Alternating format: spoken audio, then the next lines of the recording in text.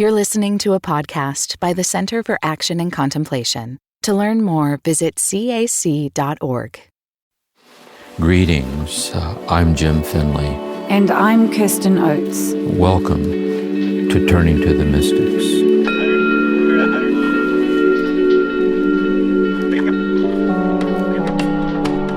Welcome everyone to this season 4 dialogue where I'm here with Jim. Hi Jim. Hi. To talk about Guigo II's book, The Ladder of Monks, and your third talk on the ladder. And Jim, in this session, you focused on the fourth rung of the ladder. And my first question about the fourth rung, is there anything we actually do at that rung, or is what happens at that rung all done by God? I would say this: it's subtle.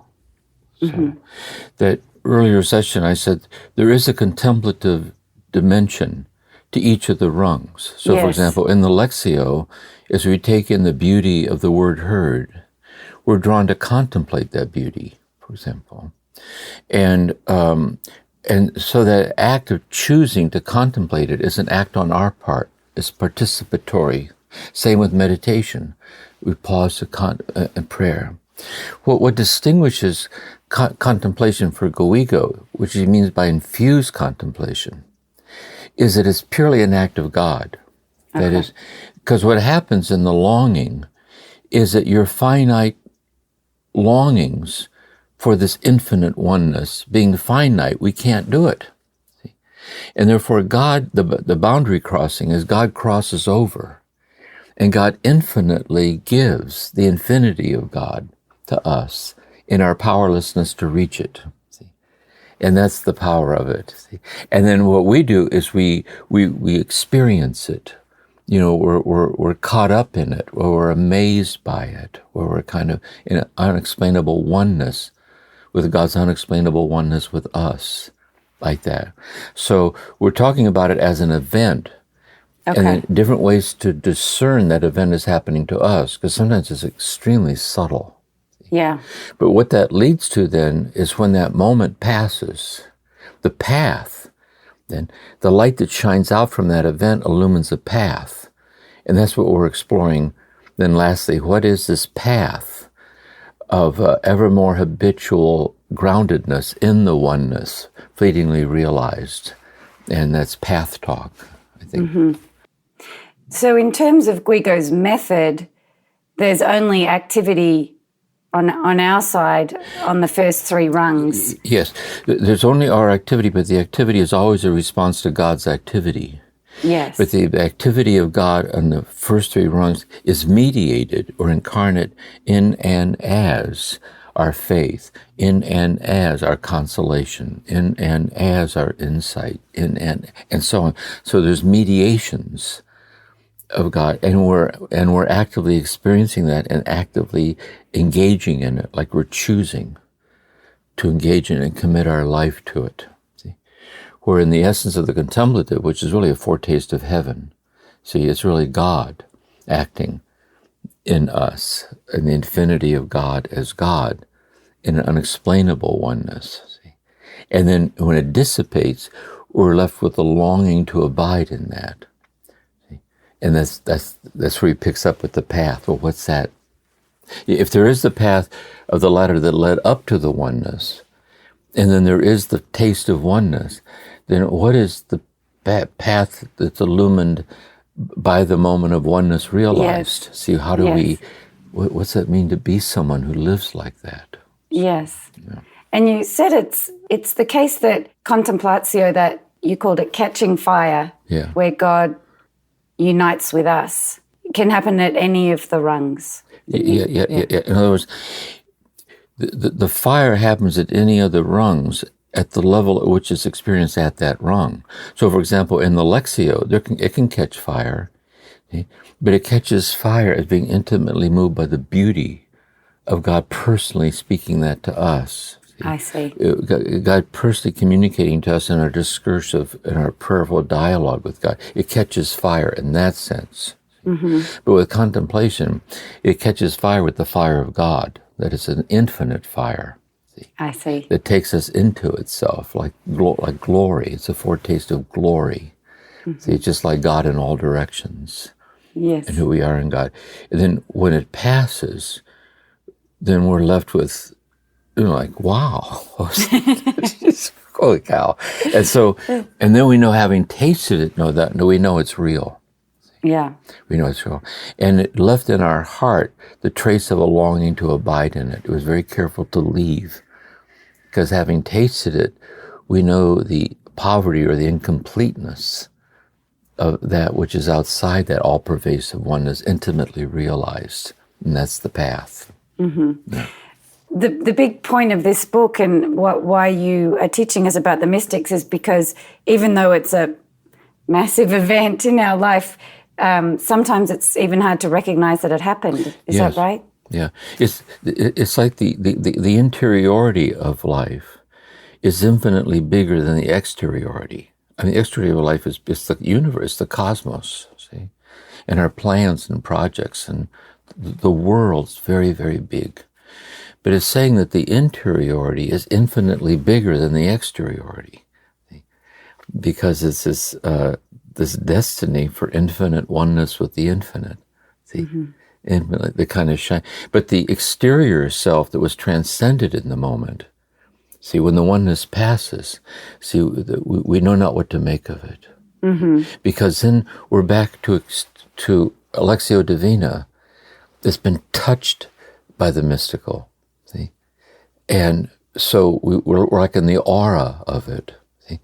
But insofar as we're still trying to get to it again, to the exteriority, we're back in this very mysterious, later in the text we talk about Jacob wrestling with the angel, that somehow we're in this very subtle, and it's so delicate that it's so hard to even begin to find words to speak of it, see, because of its interiority, like that. Yes. Would you also say, Jim, that because it happens on God's terms, it's counterintuitive to the ego in a certain way? Because the ego wants to have a sense of control, and it's hard for the ego to give up terms to God even. Yeah, see, I would say this. Another way of looking at it would be this. Let's say we could speak first of the unawakened ego. And so the unawakened ego is our reflective consciousness, our human experience. But we're somehow exiled from God's all-encompassing, self-donating presence that is our very presence and our nothingness without God. And therefore, what we're used to is our finite experience of the finiteness of ourself. See, in the passage of time and the circumstance, I spilled the coffee and I'm late for the meeting and I want to have lunch and I have to say this to so-and-so. There's all that's real. But because it's a realm, we're attached to it, because it gives a semblance of a kind of control, because it's a kind of a familiarity. We know our way around the closed horizon of the finite. So then when we're touched by the infinite, it's counterintuitive, see, because it means the ego, and being so transcended, has to yield over its claim and having the final say in who we are. But we know to give into it, it's based on fear. See, the ego has a hard time believing it can be vulnerable and safe at the same time. See? And so how do we gently learn this love that instills this trust of being surrendered over to the unexplainable, that's taking us to itself unexplainably in our heart? And that's the subtlety. Yes. It's very, the delicacy of it. Yes. Yeah, it's interesting when you talk about that story of Jacob, because it's trying to show that delicacy in a very big way, but ultimately what that's showing and describing is happening inside in a very kind of subtle way. Is that right? Yes. And another way we were saying in an earlier session too is that this is then incarnate in married love, or it's incarnate in parent and child, or it's incarnate with one's grandmother or grandfather, or incarnate with the way of the artist, the way of the poet. That is to say, that there's the welling up of a gift, which can only carry you away into the richness of itself and your willingness to surrender to it. So in the surrender, then you can tell when the person is speaking out of the surrender, which is the eloquence of the poetic. Do I mean? It's the eloquence of the aesthetically beautiful. Mm-hmm. But as long as a person tries to stay this side of it, it's crafts. It's a replication of a certain craft. You can replicate it. And so this mystery we're talking about is somehow built right into life itself. Mm-hmm. We're touched by something. What will become of me if I surrender to this? Yeah. But what will become of me if I don't? That the price paid for the half-lived life is bitter. And tasting them. Yet there's that in me that's afraid to surrender. Mm-hmm. Because it's internalized traumas and abandonments and fears. And so it's a conversion process, I think, with God's help and with love's help. And we find our way. So these tastes we get in marriage or as parents or in our work or in our artistry, are they the contemplatio? Is that what Guigo's referring to as the contemplatio? Is it just pointing to that? I would say this. I would say that in daily life, these incarnations in marriage and parenting and solitude and nature and so on, I would say they're foreshadowings or intimation of the contemplatio. You know what I mean? Like the alluring hint of a kind of shining, like where the experience with the beloved or the child, whatever, is translucent to the divine. Mm-hmm. Then, but once the enlightenment has occurred, once the oneness has occurred, then we're able to recognize the fullness of God's infinite presence in the ordinariness of the beloved's presence, the ordinariness of the child's presence, and the ordinariness of our presence. And I think that's the difference. I see. Is what you're saying that just like the Lectio, the prayer and the Meditatio can catch fire in a certain way, once the Contemplatio's happened, we experience all three of those differently. It's the same as a parent or a spouse. At any moment, a Contemplatio moment might happen, and then I might experience being a parent or being a spouse differently. Yeah. Yeah, see, I think this is what Guigo means when we reflected on the passage, where he says that when the moment of oneness passes, we're not to plummet, out of the richness of the moment, like a free fall into nothingness. Although that can happen, we can experience it that way. But I use this image of falling backwards in slow motion, So we fall out of the oneness, but I say, but we fall into what? We fall into the Lectio. We're just sitting there in our living room with the scriptures open, whatever. But then it's different, because now we know at any moment the simplicity or devotional sincerity of the Lectio can catch fire. Mm-hmm. And even deeper, we know in our heart that the very ordinariness of the sincerity of our Lectio is the fire of God, incarnate as the ordinariness of our simplicity sitting there. See, I think that's the habituated mystical state, really, when we sense that. I listened to a singer be interviewed over the weekend, and she said, it's so funny, I'm nowhere near as wise as my songs. Like, I'm just not as wise as my songs. And sometimes I say things in my songs that I would never say out loud. So she'd had, family members listen to the song to share what was on her heart. And she said, we could never have that conversation, but they could listen to my song and cry, and I could write the song and cry. And in a way, the fact that we'd both done that was a healing experience. Yeah. See, that's why I think the poet, when they're in the stream of this, it isn't just that we're surprised by the beauty of it, but the poet was also surprised, because it was the qualitative richness of it is a gift. Yeah. It flowed through their willingness to be receptively open to the flow. And the same with, it's really the creative act. kind of participating in the creativity of God, really. Yeah.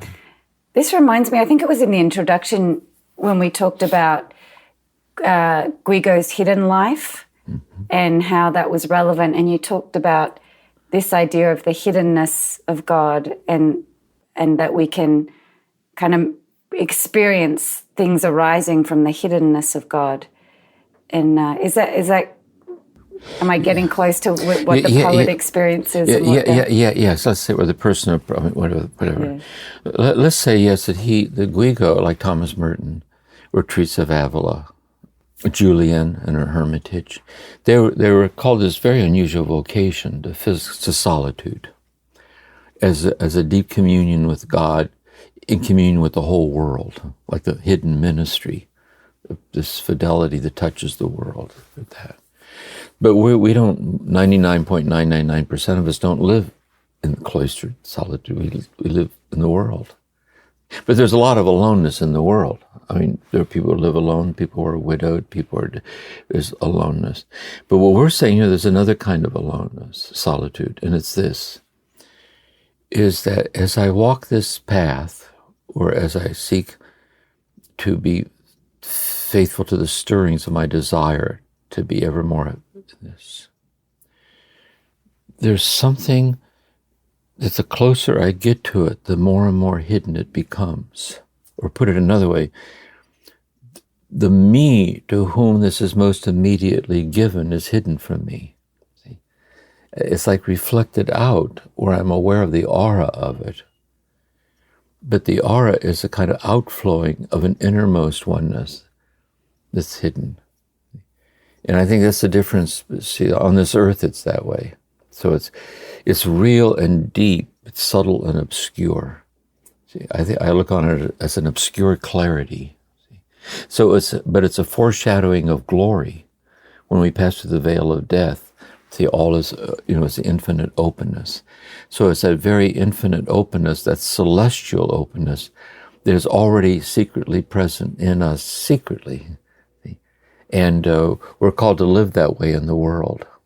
See, to be present to the world. And then that heightens our sensitivity of then seeing this in everybody, which then becomes the imperative of social justice or compassion or mercy or sensitivity, like that. I think in the introduction you talked about how we could even focus on our breath and be asking the question, where does it come from? And from a hidden place. And I just wanted to ask, because if I was to ask a doctor, they might tell me it comes from, the lungs doing this and the heart doing that. And so how can we use the breath as getting us to this sense of hiddenness? Yeah. Let's say, first of all, the physician would say that, and the physician would be correct about the diaphragm and the circuits of the brain that control the breath, the autonomic nervous system, and all that's true. It's anatomy and physiology and science, and then the medicine that deals with the treatment of disorders and that. See. But I think I used this image, I can't remember, this long-time friend of mine I went to the doctoral program with, I just talked to him on the phone yesterday, is that when their first child was born, his wife, for the first time after delivering the baby, went out alone to go shopping. And so he was alone with his newborn infant. And he was lying on the sofa, and she was on his chest, and she was asleep, and her mouth was up against his ear. And she was breathing, and he started crying. Oh, wow. See, that's not physiology. See? He said, well, of course, your tiny little diaphragm is doing this and this and this. And what's wrong with me?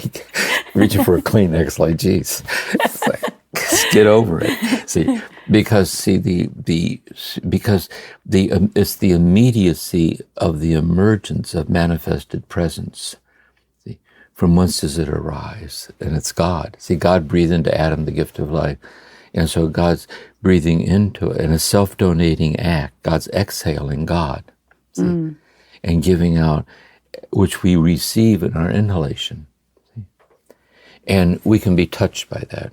See? And by the way, so meditative practices that focus on the breathing are to help us liberate ourselves from being so bound up in reflections and thoughts to being the primordial simplicity of the breath. See? And then the breath has a depth dimension to it, so it can become the doorway into this realized state. And later when we look at the cloud of unknowing, we'll see that too in the use of the word, or in the Jesus prayer, the use of a word. It just grounds it. He says, where you take everything you know and you bury it in this one little word and stay there. See?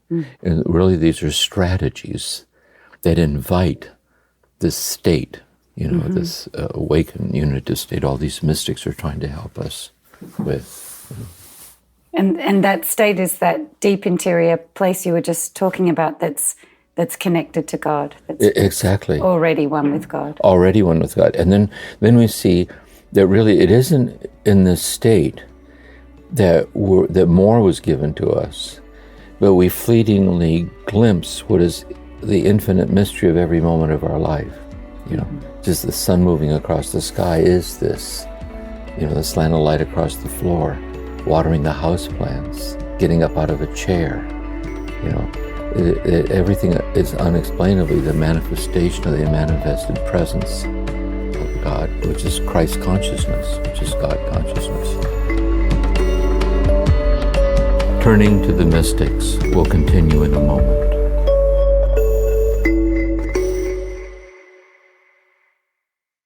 You talked a lot about longings and longings being an important part of the path once you've had the experience. So I'm just wondering, for people listening to the podcast, myself included, I have a deep longing to pursue what you're talking about. When you speak of it, I long for it in my heart to experience it. Does that mean I've experienced it and I'm in the path of longing, and I might not have realized, or is it I've had tastes of it and it's drawing me towards itself? What would you say to a beginner who has this deep longing? Yeah, this is an important thing, I think, really. See, let's say we could go to spiritual direction to one of these mystics, say Guigo, and we're so excited.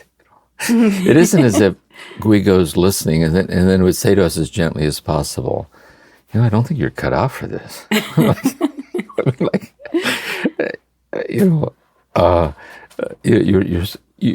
You're so far away from it, you don't even know how far away you are. I don't think this is they wouldn't say that. But what they would do is meet you in the sincerity of the very question that you're asking.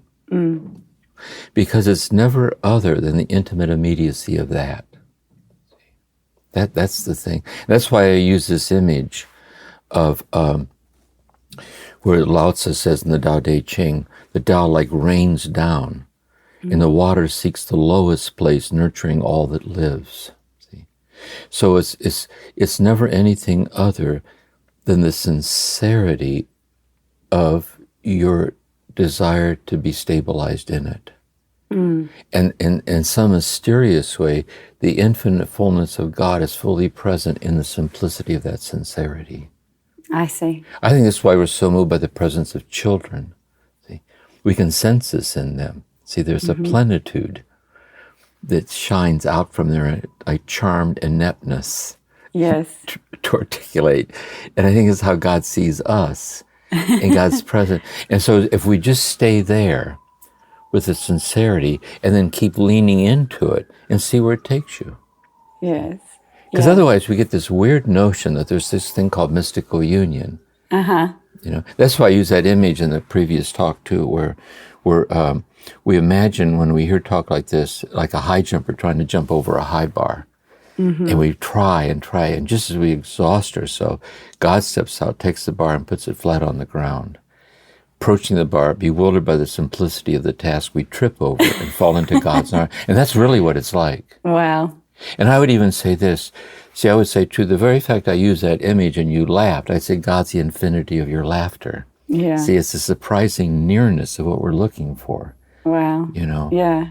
It's right here. It's like that, I think. Seriously. Yeah. And it takes you both. It's a surprising end to the story when you say the bar gets lowered. It's not what I had in mind. Yeah. It's like suddenly you can do the jump. Yeah.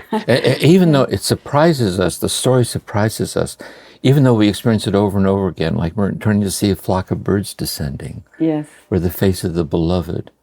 We're waking up in the middle of the night and it's raining. We experience this over and over again. Like it washes over it, but it's so sublime and non-impositionally, pervasively present. We walk right past it. Yes. So we're trying to slow way down to become habituated to that sensitivity or that sensibility to this all-pervasive subtlety, which is God, actually, being poured out as the immediacy of taking a sip of tea or whatever. Yes. It's so funny you mentioned little children, because I got a video from my sister overnight of my youngest niece, Gigi. She's 3, and she's reading a book about a little bird who jumps out of the nest and gets lost. And she's reading with a very loud, confident voice, so cute. And she says every time she turns the page, and the bird says, "Where is my mother?" He shouted. Yes. Are you my mother? Yeah.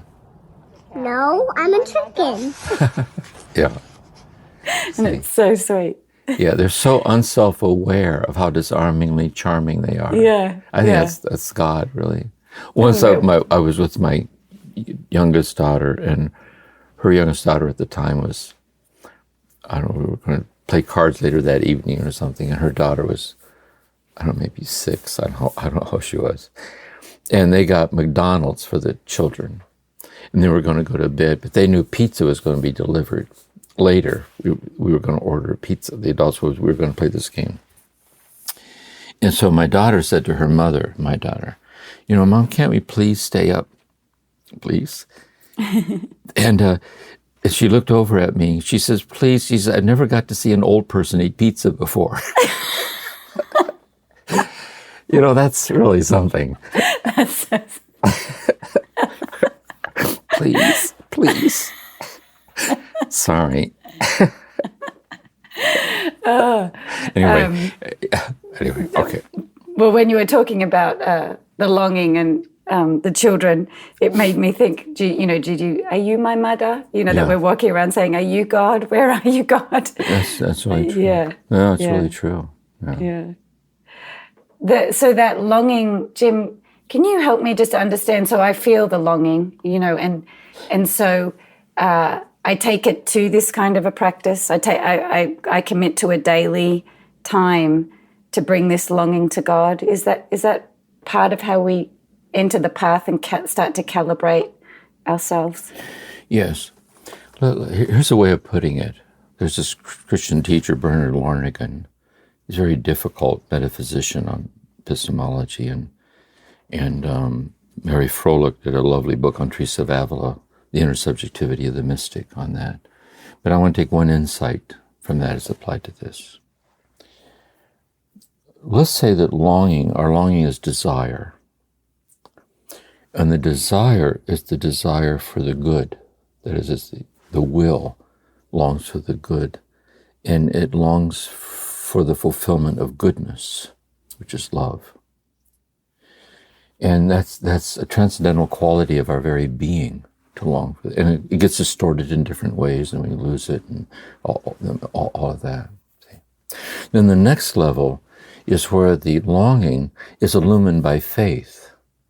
That is, we realize that the longing is that we're living in a relationship with a mystery greater than ourself. And that mystery greater than ourself is in relationship with us. See? And so we might experience it as the good, we might experience it as love, we might experience it as the beautiful, we might experience it as fidelity, so these are those modalities of manifested presencing of this mystery of life, an intentional consciousness illumined by faith. If we would say Christ then is the mentor or the exemplar of this.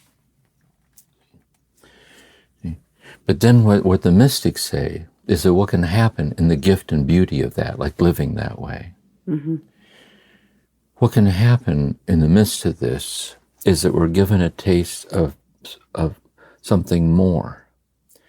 Not more of this, that is not more of the grace of the illumined awareness of the goodness of life and how we live it, but a taste of that which is infinitely more than more. See? And that taste is this contemplative experience. Then when the moment passes, having fleetingly entered heaven, or fleetingly tasted that which is infinitely more than more, see? Then we're left with the desire to abide in what's infinitely more than more, and is itself the reality of the very least aspects of everything, the tree, the flower, the stone, whatever. And so that longing then is an echo of God's infinite longing for us. When God creates us as the beloved, see, God creates us, God longs for someone who longs for God. See, for in the reciprocity of the longing, destiny is fulfilled. And so we're talking about gradations of that. So even the very least, the child's longing for the mother. Are you my mother? Whatever. All these are echoes, reverberations of this infinite, this divine longing. See, being echoed back to God, created by God, moving ever more and more toward this. And that's one way I see it poetically. Yeah. And you said that Guigo is trying to help us cooperate with that. Yes.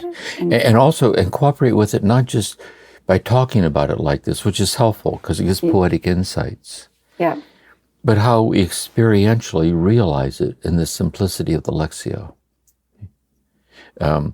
Thomas Merton once said in a talk, he said, it's not like, it isn't like you're sitting before the fireplace, sipping a glass of sherry, underlining passages in St. John of the Cross. Going, oh, wow, this is great. but you never close the book. You know what I mean? You have a whole library of underlined mystical works. Yes. But you never leave words behind. You never sit in the simplicity, like this disarming simplicity of the immediacy of it all, and let it have its way with you as is given to you to do so. Jim, you talked about this way we can get so disheartened so that we have the longing and we're doing our practice, or we're trying to see God in everything the way you're describing, and we can get disheartened. But you said that the master is one who really doesn't get disheartened in the way we do. Can you unpack that a little bit more? Yes. See, let's say I'm going to speak now as a therapist also. See, another question that's raised is, it isn't just that you long for this, which the mystics speak, which is good. But what's going on with you that your ability to realize fulfillment in the ways that you're able to is not enough for you? Where are you at with that? You got out of bed this morning. Not everybody did. They went to bed last night with big plans. They died in their sleep. You put your feet on the floor. Not everybody did. Some people don't have feet. You walked out into the kitchen. See, some people. So where are you at in being grateful for and nourished by what you are experiencing? Like, what's in the way of that? Because if we could together find a way to be more nourished by what is there, you would see that the echoes of God are present in that. See, and then see how that might grow and deepen as you're graced to do so. So the example I gave about limping, about frailty, is the example I use is that we said that if you got to know, I referred to Thomas Merton because I lived with him. He had a temper, and he would have these big fights with the abbot. He had different things going on with him. And so what you'd realize when you know them and you live with them, you can see, yes, they're authentic. They really are this. And Merton was that. But he was the human being that he was, his foibles and personality traits and givens. And he wrote lots of books, but I don't think he had a choice. I think he was driven. He was a contemplatively grounded, driven person. He couldn't stop banging away on the typewriter, and he knew that about him. He had other things. But here's the thing. We're saying that the mystic who is just himself or herself, just like all of us are. They're aware of their foibles, their idiosyncratic foibles and things. But they're not handicapped by it. Mm-hmm. Because they know they're just limitations. Why be limited by limitations? See? Since God's infinitely in love with me in the midst of my limitations. Mm. This doesn't mean I don't need to keep working on my limitations, insofar as I know they hurt me and they hurt other people. That's a moral imperative. But my peace isn't dependent on the extent to which I can overcome them. See, which is really placing the ego before God. Can I overcome this? Can I overcome this? Can I overcome that? Mm-hmm. Rather, it's realizing you're being overcome by God's infinite love for you and your inability to overcome. Mm. And so that's why they're not handicapped in the limping. See, they run free in the deep acceptance of their brokenness like this. Mm-hmm. And then they also know the same is true of you.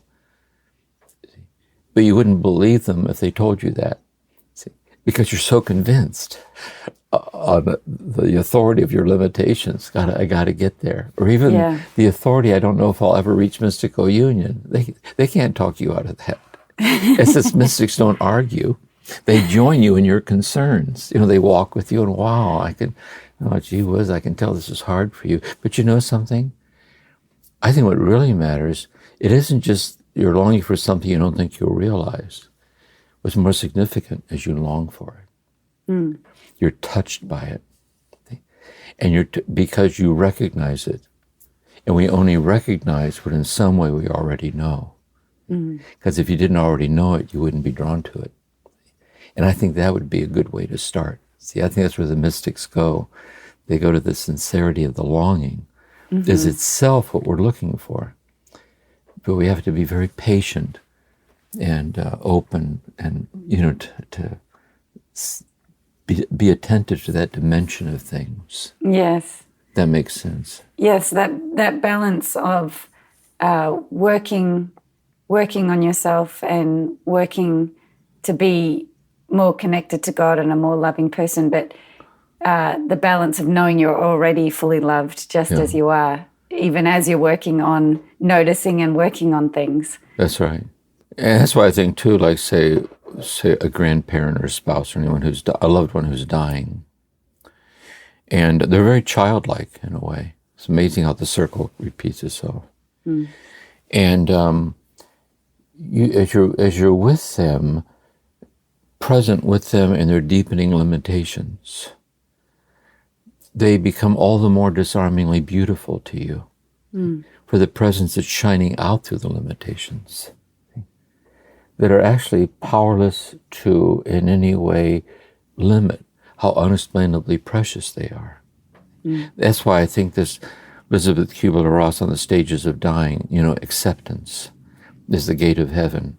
That the person in acceptance is dying a mystic.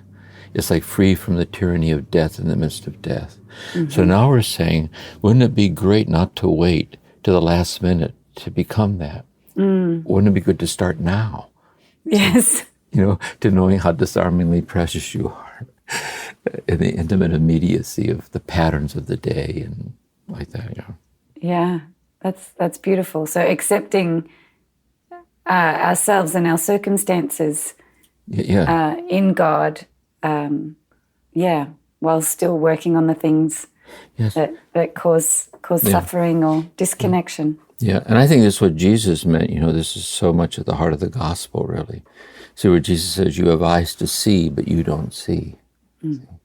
That is, there's your God-given capacity to see the God-given godly nature of each passing moment of your life.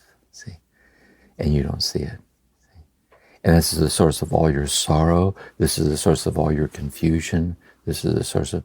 And so this quickening of awareness through love, this light shining through, is something so unexplainably present all along we didn't recognize it. Mm-hmm. And we can get acclimated to that hidden light and learn to work in that register or that realm. Yeah. And I want to revisit the practice you offered us earlier, which is to just be more attentive to our own lives and where this might be arising in the simplicity or the pain or the love that we're experiencing. Yeah, something that's occurred to me sometimes.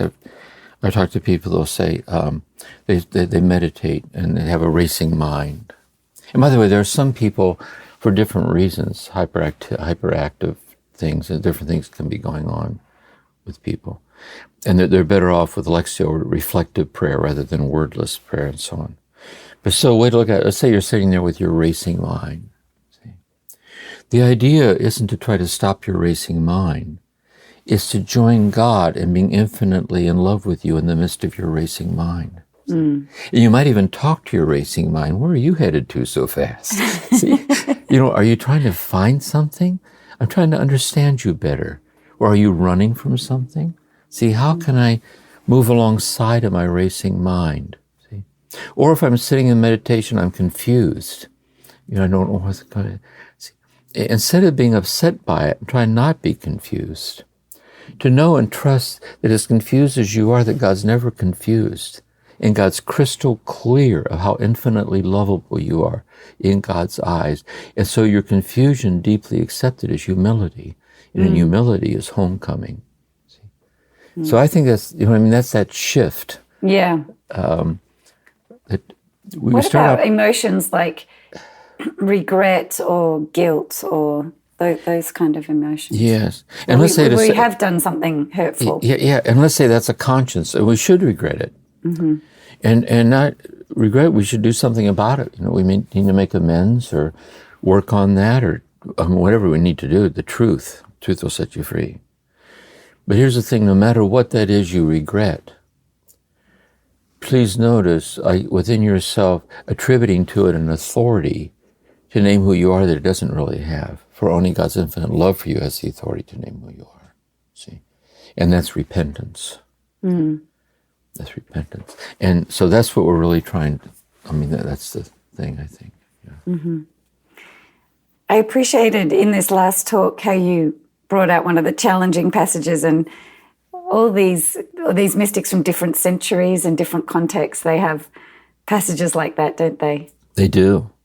Yeah. God's a jealous lover, and angels are secretly watching. They send word back. That's what he did now. Really? Just when we were doing so well. It all just felt so loving for a moment, and so suddenly I don't know. I bought into this whole thing with this person. Oh my God, I'm out of here. So, but see, and regardless of cultural things and all, but I think really the image I use, I think it's really true. Is that the more deeply in love we are with someone, the more moved we are never to intentionally do anything to cause them suffering. And also we know in their love for us how motivated we are not to do anything that hurts ourselves.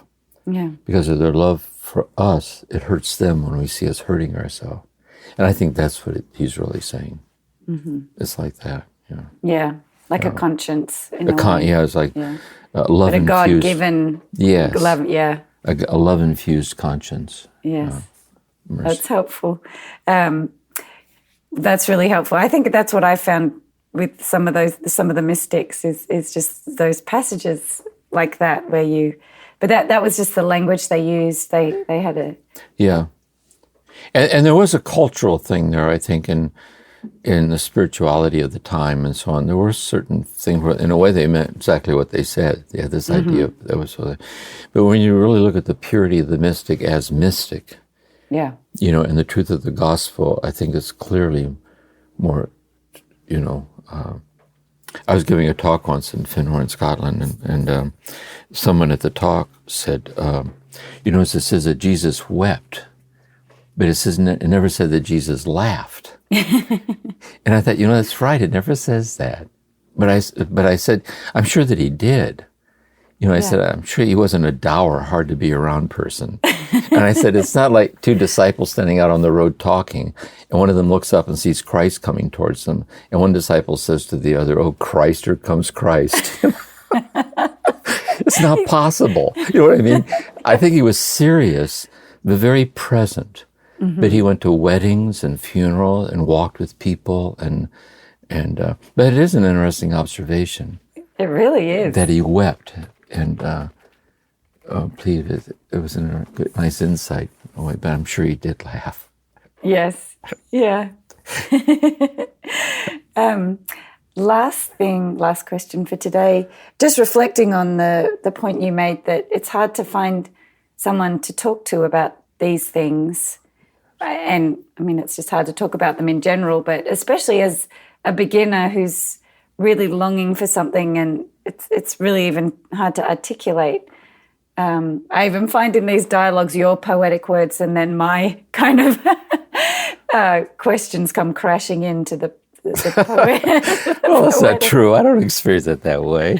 But, it's hard to explain the stream you're in when you're talking about these beautiful things. It's hard for me to find words for that stream. Let's say something about that. Let's be nice. We're in on words. Let's say that we're taken by this. I guess anyone listening to this series is taken by it. That's why they listen to it. And I think anything that we're taken by, especially anything that we think is particularly beautiful or important, there's a natural desire to want to share it with somebody. See? And or also because we know we're subject to self-deception, to find someone who can offer some help or guidance like this. And a lot of times that's not there. Merton told me this once in the monastery. We were having one of these talks about this, and he said, once in a while you'll find somebody with whom you can talk about such things. He said, but they're hard to find.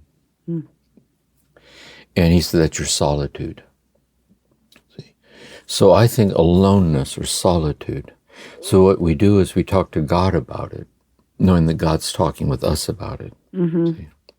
And also then we're grateful for the mystics. Because when we read it and we listen to it, the very fact we recognize the beauty in their words, the deathless presence of the mystic is talking to us. And then when we engage in meditatio, in reflection, we're talking with the mystic, talking with God, talking with us. And we carry that within us. I also think as it deepens, we can recognize that this is present in every sincere conversation, but the mystical dimension is latent. That is, we're just sitting over dinner talking about with each other what happened that day, and we're able to recognize a kind of innate preciousness about the exchange. But we can't say to if we know this person that we're with isn't tuned into this, we don't say, oh my God, do you realize how mystical this conversation is? Over the shopping we did this afternoon, because you can tell they look at you funny when you do that. And so you're kind of imposing on them something that's not where they are. But once in a while, what happens is you find somebody and you can tell, and this is what I always thought of contemplative spiritual direction too. So sometimes there's a little further down the path you can sit and sometimes you're a little more down the path, you help them. Sometimes you're just seekers talking with one another. But you can tell like a resonance or a mutual recognition. So I think all the people listening to these podcasts, it's a community of people bound together in a shared, so when we have these dialogues where we respond to their questions, if it was possible, put all these people up on the screen at once and have them unmute themselves. Let's chat. So there'd be a great conversation. Yeah, it would be fabulous. And so always just to know that it's there. Yeah. See, but with you and I now, it's here. And as they're listening to us, our conversation is going on inside of them, goes on. So I think that's part of the thing, I think. Yeah. Well, it's a joy to be in dialogue with you, Jim, and I'm glad I hope it's helpful to people listening. Me too. Yeah, me too. Yeah. Well, I think that's it for today. Good. And that's we've got a couple of special episodes coming up, but we've reached the end of your reflections on Guigo, and wow, what a fabulous season! Really, it was so wonderful. Far. I'm so glad we went through Guigo like this. It's so helpful. Yeah. Looking forward to next week. Thank you, Jim. Thank you for listening to this episode of Turning to the Mystics, a podcast created by the Centre for Action and Contemplation. We're planning to do episodes that answer your questions. So if you have a question, please email us at podcasts@cac.org or send us a voicemail at cac.org/voicemails. All of this information can be found in the show notes. We'll see you again soon.